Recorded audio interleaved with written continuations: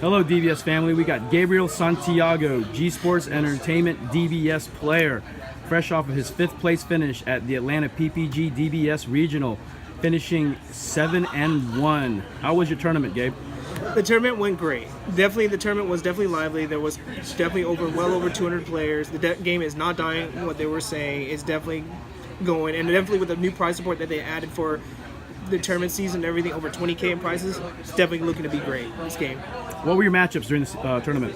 Round 1, I played against Blue Red Hurtigard. Round 2, I played against World Announcer. Round 3, I played against Mecha Frieza on stream. On the stream, it was kind of messed up with an error. Like, I was the Pan player, not the Mecha Frieza player.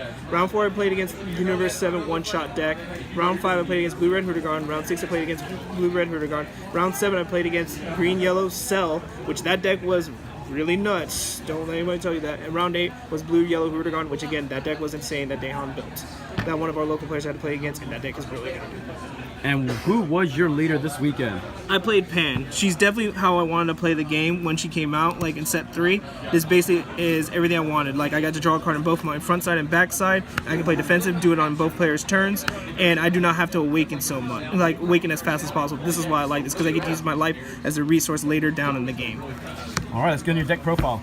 Alright, I played 4 1-drop Trunks, crit Trunks. Basically, he's a cheap evolved target for chain attack. I like him because he's pretty efficient, 15 crit, and then later in the game you can just drop a couple of these, then drop a Fearless Pan, and then they're 20k double strike criticals. This card has been great. Basically, it helps. It's basically almost an awaken tool. Double Chop Vegeta, bread and butter deck. You need to have this card for playing on both players' turns. Definitely a really good card. This card is insane. 1-drop Goku. Basically, you're playing as a combo just to defend your cards or your leader. Basically, it allows you to just stay around longer, use your excess energy. This card's great. It's in the deck. Definitely recommended. You should play 4. Free blocker for the deck. But in Pan, I call it basically it's a free blue and blocker on your turn. And basically, if your board gets broken completely, you basically just drop him, and then you just help rebuild a board, and then drop a Fearless Pan and just swing for a lot of damage. This card's great. Topo, you mostly use them as you could use them as a negate on your opponent's turn for 2, like later in the game, but usually sometimes I just like to play him for just 2. 25k that could threaten the entire board is a cheap card. It becomes a cheap card cost. That's really powerful. A Glory Obsessed Vegeta, again, mini Jiren in the deck, being able to swing for 30k and 20k for only 3 mana, or just with chain attack. This card is really good. I really love this card during the day. And unfortunately, he didn't come up as much as I would like. I didn't see him, but when I used him, he was really powerful. Burst Attack Sun Go. This card is really good. Basically, a lot of times when they knocked me down to a really low level, I would keep this card and just swing, draw a bunch of cards. This card was really good, and then dropping Fearless Pan with this for double strike critical and drawing cards, really strong. Fearless Pan. Basically, when you want to threaten for a lot of damage, or when you want to go for game, this card just does it. It just gives your entire board 5k in double strike. This card's really strong. Hit. I only played 2 hit. Contrary to a lot of people like to play 3 and 4, I think just playing this card, just to play this card for 4, and then you get to look at your opponent's hand, which is very powerful, and then taking 2 cards of their hand and then maybe disrupting their strategy. But at the same time, if your opponent is still living, they get those cards back, and then you just have a 4 double striker that you played, and they got those cards back. Then he didn't really do anything in that place. I like to play when I'm going for game. And when I drop this card, you're basically dying that turn if I drop this card. Vados, 10k. Your 10k, I prefer this over Giru. I prefer this over Giru. It's just more appealing to the eye. Chain Attack Trunks, basically your guide that goes for Fearless Pan or all your 15ks that you play in the deck, or your Chain Attack Zeno.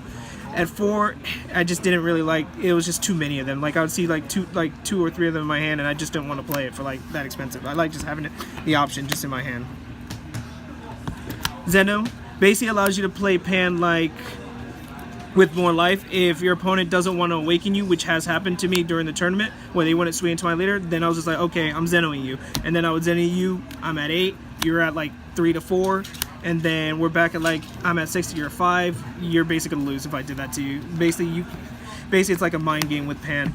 So you have to decide, do you want to tag me or do you not want to tag me? You want to get Zenoed or not?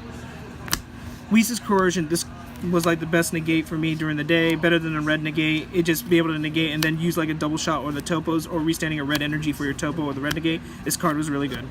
Like, this card saved my bacon. Sensu Bean, another card that was amazing.